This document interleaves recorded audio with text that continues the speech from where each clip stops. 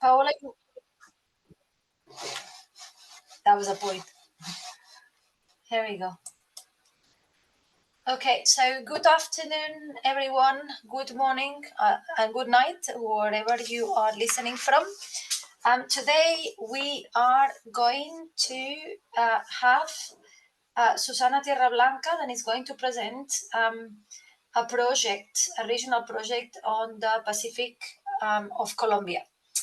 I will start reading Susana's bio.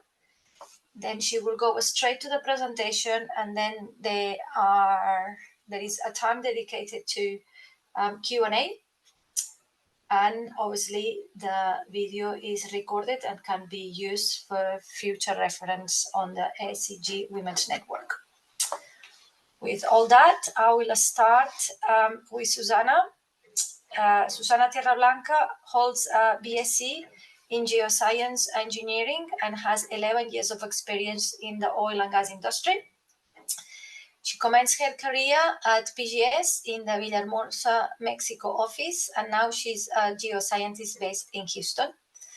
She works on the GNG team, and she has a comprehensive experience as interpreter and salt tectonics specialized across all major offshore basins in North and South America. And if I have said everything I had to say, Susana, it's over to you to present this exciting project in the Pacific margin. Thank you. I will just share my screen. Yeah.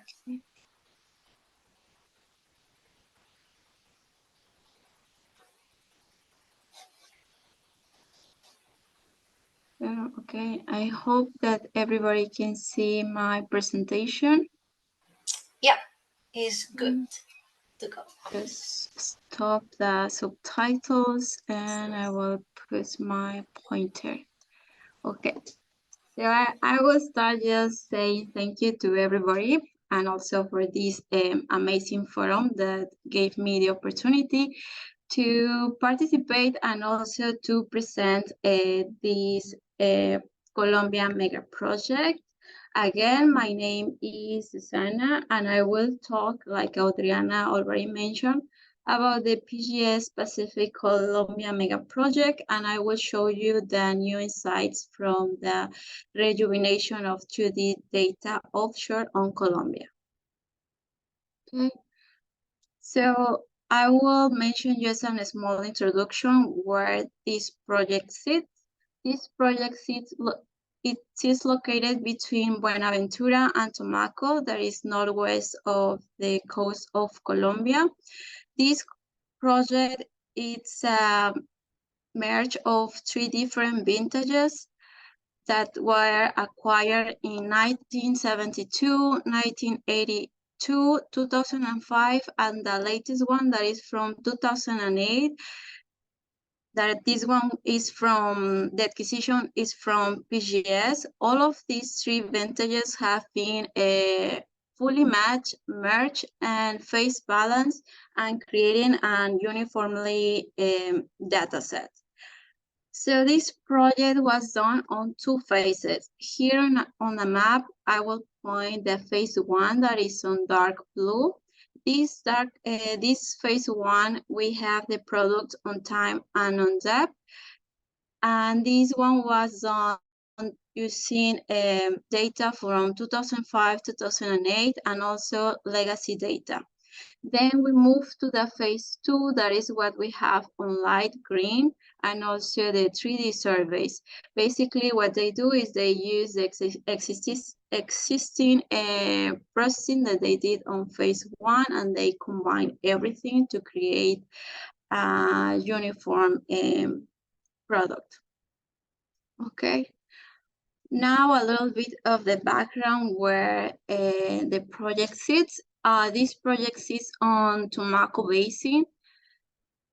This basin and this project is delimited for the north for the Garrapatas Fault System. To the east, we have the Cordillera, the Western Cordillera, and to the south, we have the Columbia Trench. This Tumaco basin is a forearc basin forming an active margin from the tertiary subduction of the Nazca Plate, and this one is split on two depositors separated by a basement height.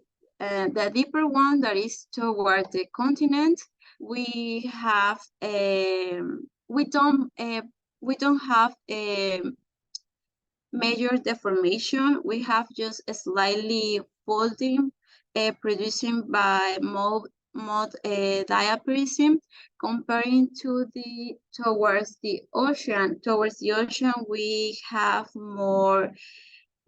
a stronger structural deformation and also with more high angle normal faults. Here on this slide, I also have two examples of two of the wells that we have on the area. It's an schematic example.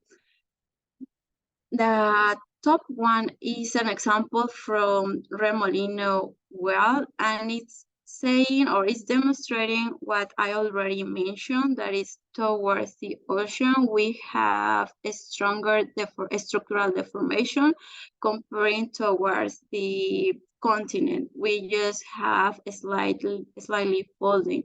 And we have the same representation for the Tambora well, and it's the same. You will see towards the ocean a stronger deformation comparing towards the continent.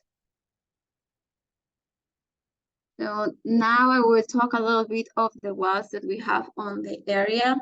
This area is considered still as an unexplored area. We just have couple of wells here. We have two of them on the offshore area. Both of them were drilling on 1967. I will start with the north one, that is Tambora 1. This well drilled a thick sequence of sandstones and conglomerates. Some studies mentioned that it was possible located above a mud diapir structure, which was not penetrated. But even though they have some gas manifestations on the Cenozoic. Then we have Sandy one, also drilled by Exxon. This one has been suggested that this well was located on the cross of mud diapir, and they also find gas manifestations along the fractures. Then we have three wells on the onshore area from 1955 through 1981. So the first one was Chaggy on 1955. This well was drilled on an anticline produced by diapism, and also this well was this well produced good hydrocarbon and gas shows in the Miocene siltstones. Then we have the Remolino Grande one, that is one example that I showed in the previous line. This well was drilled on 1980. This one was drilled on a basement height, and it presents some indication of the hydrocarbon and gas on the sidewall examples. Then we have Bajawa 1 on 1981.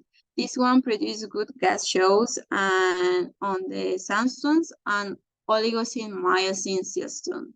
Saying all this information about the well, we think that the area is mature enough to be able to find gas and hydrocarbons on the area. So now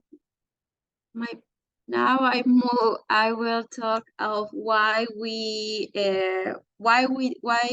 this project, or what was the objective to do this mega project. Well, it's basically to do a rejuvenation of the existing data and be able to unlock plate types, and also do some interpretation to create regional geological overview in terms of structural and stratigraphic analysis. And with all this work, well, that the people can the people can identify interesting areas and also to be able to unrisk the area. So how we did that is, like I mentioned on the introduction, we create this large scale product doing the merge of 2D data and also the 3D seismic surveys available on the area. So we ravine and created on a common grid, and then we did the match and produce a phase balance and uniformly product. So on this slide, I will show you some examples of how it was data before. This is the legacy data. As you can see, we have a bunch of multiples starting even from the water bottom to the bottom. So on the middle, we don't have any primary events and any type of indication how the structure that we could have here is. And also we have a big question of the type of the dips on the area. Okay, so this is the new stack. I will just switch before and after just to see the uplift. I will start pointing here on the shallow. So before we have a lot of multiples here, even the water bottom is very hard to identify. And we have a big questions of this one's going up or going like a little bit flattish. So now with the new reprocessing data, you can see that the dips are very on this position, very deep, and you can follow the structure that we have here. So we can identify the crest of this structure comparing that we had before. Before it was just multiples. And the same for this one that you can see here. You can even follow the primary events that we have here on the shallow. So also on this side, we have a lot of reverberations on the area, and now it's a little bit cleaner, and you can do a more continuous interpretation of on this example. And also we have some insights of what we think that it could be the basement. So in general, we have better structural representation of the shallow sediments and also on the mid-section, and a better attenuation of the signal to noise ratio on this example. So now this is another example comparing the legacy and the current product that we have. Here on the middle of the section, we can see this mini basin here. But Susana, yes? Just a second. Everybody seeing the screen? Because I don't... Okay, maybe it's me. Yeah. Hopefully everybody can see the screen. Yeah, they can see it. Okay, so I will continue. Just let me know if you cannot see it, or if I have to go a little bit slowly, I can do it. Thank you. Okay, so on this example of the legacy, you can see that this mini basin is completely hiding for these multiples, and it's pretty hard to see where is the bottom or the limit of this mini basin.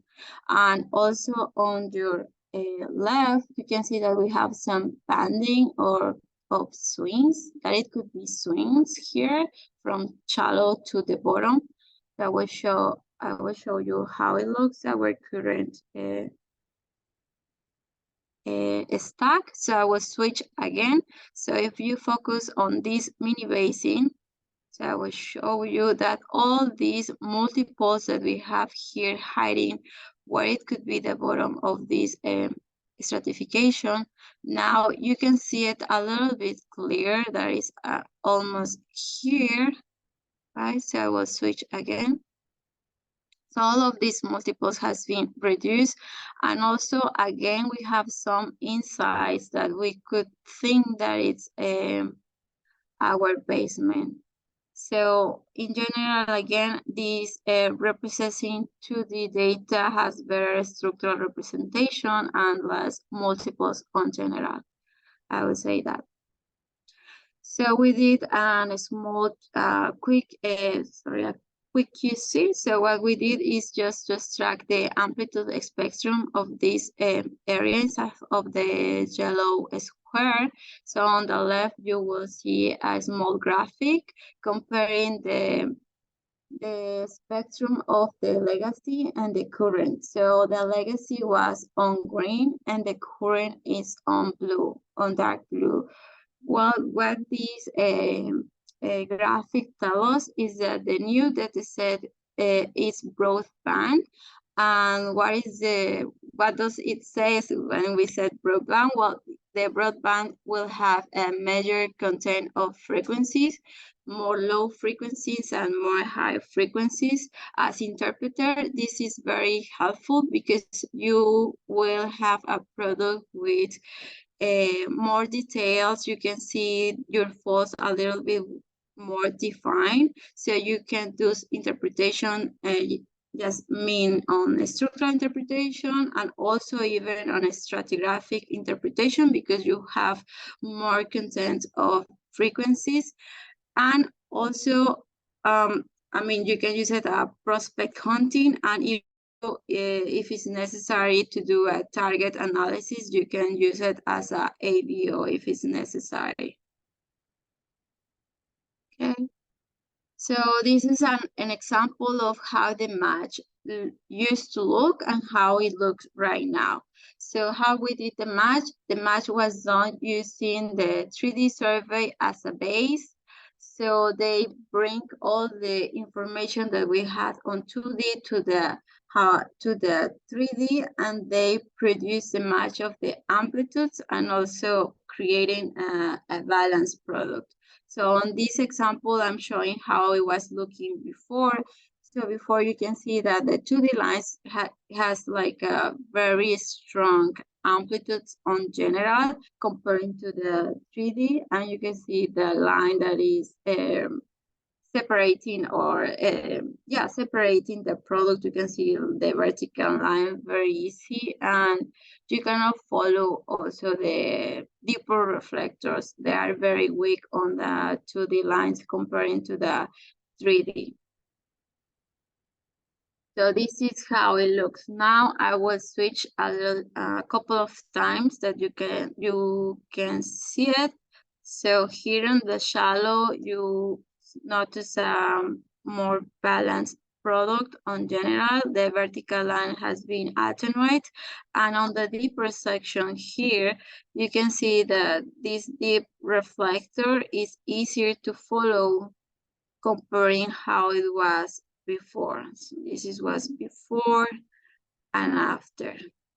Before and after. So in general, I think in general we have a better balanced products on their amplitudes. Okay. So how we did the interpretation of this work? As I mentioned at the beginning, this project was done on 2 phases. So the phase 1 is when the interpretation starts, and we use the Marcallo, I don't know how to pronounce it well, Marcallo publication from 2008, mainly because these publications has some examples that they're very close to some of the 2D lines that we have on the area. So we identify the unconformities that they have on this publication, and we bring them to our 2D lines and start to do the interpretation, and started to express it started to spread through the phase 2 as well. This interpretation was done on time because as I said at the beginning, the phase 1 was done on time and on depth, and the phase 2 was done only on time. So we decided to do this interpretation basically just on time. So we map three general horizons, starting from the water bottom, then what we consider it could be the Miocene, and then the Oligocene, Eocene, and then the basement. For the Paleogene interpretation, we mainly because these ones are unconformities, they are not in the entire mega project, but for the water bottom and for the basement, we map it on the entire project. Okay, so here I have on your left the thickness map of the Eocene. So we did some identification of the possible trams that we can see on the project. As you see, what we have on blue is where we have a thicker package of strata. So it's where we consider we have the main epicenters on the area. So on the north is where we believe there is the main epicenter at this level comparing to the south that you can see that is mainly on red. So the type of the trams that you can identify is mainly on the north. You can see more faults and inversion or transtensional structures comparing to the to the north comparing to the south, where we have more wedging on the edge of the basin, and also erosional truncations that we have here on the middle. That is mainly driven by these paleo heights or the basement that it goes very shallow on that area. So now I will start to show you some examples, some lines starting from the north to the south. So on this example, we map what we consider that is the early Miocene, then we have the Eocene, and then we map what we think that it could be the Cretacic basement. In general, the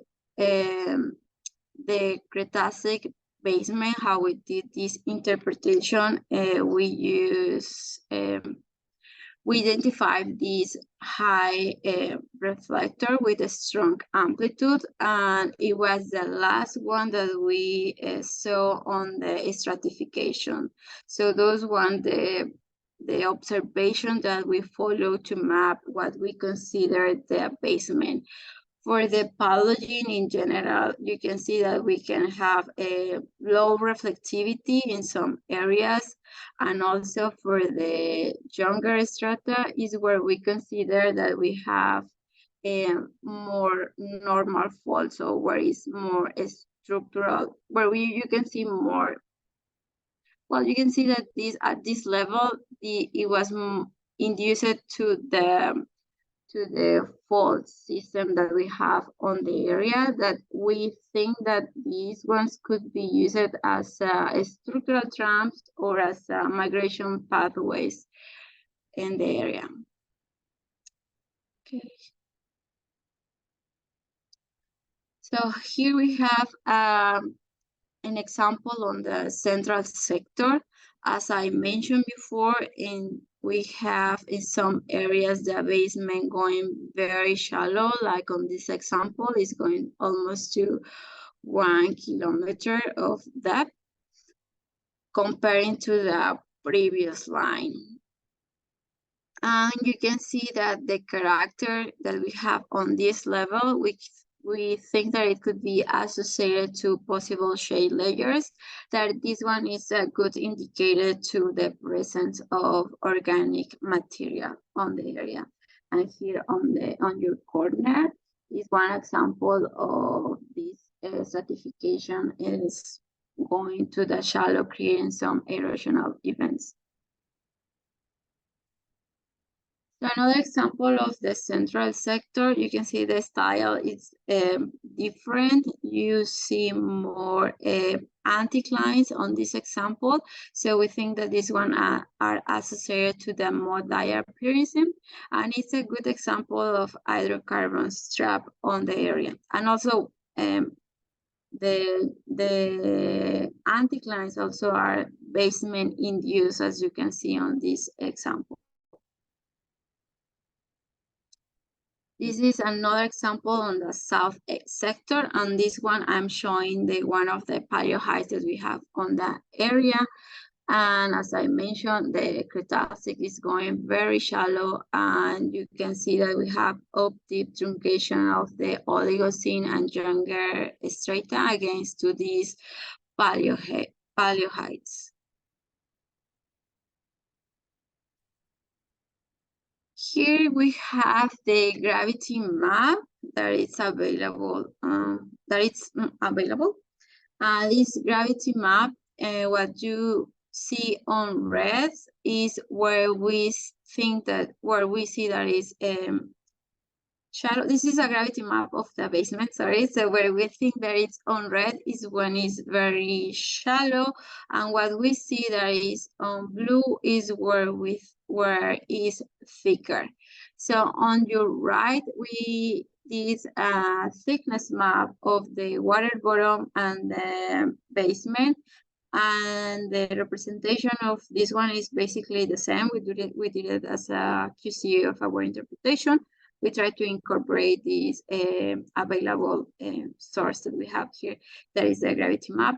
So here on the thickness map, you can see on dark blue is where we have the thicker stratification, comparing what we have almost on white, and light blue is where we don't have or where we believe that the basement is very shallow and the stratification is very thin. So we did just basically an overlay, and both are matching. So it's basically the same that I show you with the Eocene thickness map, that our main depth centers is mainly on this section that is on the north part. So I will just finalize with some attributes and some of the insights that we can see here on the project. On the bottom, we have an RMS amplitude with the seismic on the top. So we can see the erosional truncations on the shallow part, and also some top labs here on the deeper section. And also on your bottom, on the right side, we can see some of the what we could say that it's some of channels and volcanoes. And also what I like of this example is that what we think that is the basement is very clear and very easy to follow on this example. And on the bottom is we have an example of the BSR, that is the bottom simulating reflector. So this one has been identified like negative, and is very strong, mainly in the entire project. It's around between 1 and 2 kilometers depth, and this reflector we associate to gas, right? So just final remarks. This extensive rejuvenation 2D and 3D dataset is available, and is very optimal and useful to use a tool to re-access to existing plays that we have on the area, and also for new plays that it could be on the Colombia Pacific margin. So we consider that this area has potential on different areas along the mega project, and the presence of all seeps and hydrocarbons is a good indicator that we think that the source rock is mature enough to find good traps on the area. So this is my last slide. I don't know if someone have any questions,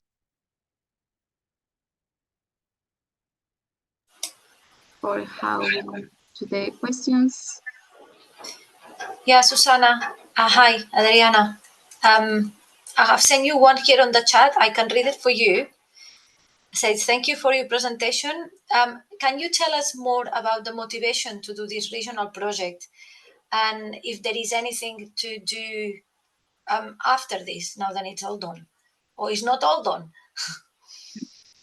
Well, the motivation of this project is mainly to improve also of course, improve our image in general, and to de-risk the prospectivity that we have here and create a regional data set that it will help us to understand and explore the elements that we have on this basin. And I would say the next step, it could be maybe create a 3D survey. And it will be more, I would say to create a 3D survey and utilize the latest technologies that we have right now.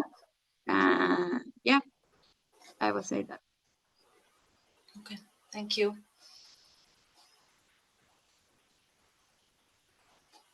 Any other questions from anyone? From Todd Jones, he's asking, interesting area. What are the major trap types? Well, the trap types that we have on the area are, as I mentioned, you have both the structural traps that they are induced by the smooth diapics that we have on the area. And also we can find the stratigraphic traps. We have some good reflectors that we think that they are associated to turbidites.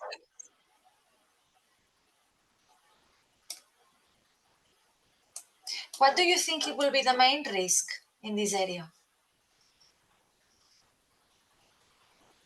The main risk on this area. On the, yeah. As I said, this is an unexplored area, right? So the risk is there. But what I believe is, in terms of imaging and on risk a little bit for the people that is doing prospect hunting, will be to create a 3D. I think the 3D will provide better image of in general, and you will feel more confident also with your velocities and with your interpretation. Okay, we got two questions. One from Martin Reyes. Great talk, thanks. Do you have any guess about the diaphragm age? Well, we believe this. The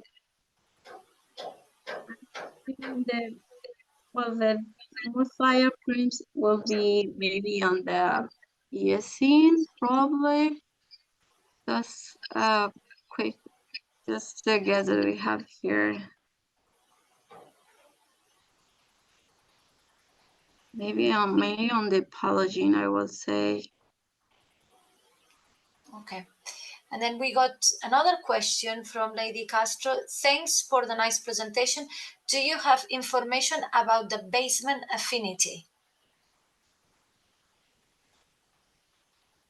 What's the what type? What I didn't understand that one. What means affinity? Sorry. Yeah, maybe lady, can you clarify your question? What you mean affinity?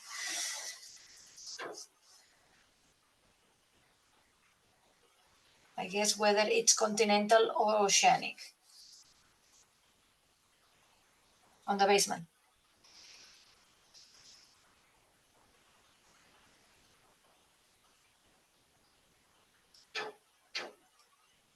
Oh, I guess I saw. I guess whether it's continental. Well, the only information that we have right now, as I mentioned, is it's just 2D line that what we have right now. So the interpretation that we have done is very general, and the only one that we used as a QC to do our interpretation was the gravity that I showed you earlier. And and also, I mean, these we don't have anything to like to do some type of calibration of that. But yeah, I mean, that's the thing of our basement that we think here of terms of interpretation. But yeah, I don't know if I answered the question. Okay. If no But, one, yeah. yes, I guess when the agency is doing this piston core study, maybe yeah, we can get some more insight when it yeah, because becomes public. yeah, because right now it's very general the work that we have done in terms of interpretation. Mhm. Okay. Mhm. I guess I cannot see any other questions. So I will think that, yeah, if nothing else, then thank you so much, Susana. Thank you Excellent. so much for the opportunity to be here. Okay. Well, I wish you a good afternoon. And thank you everyone for attending today this mega project webinar. Thanks. Bye. Bye everyone.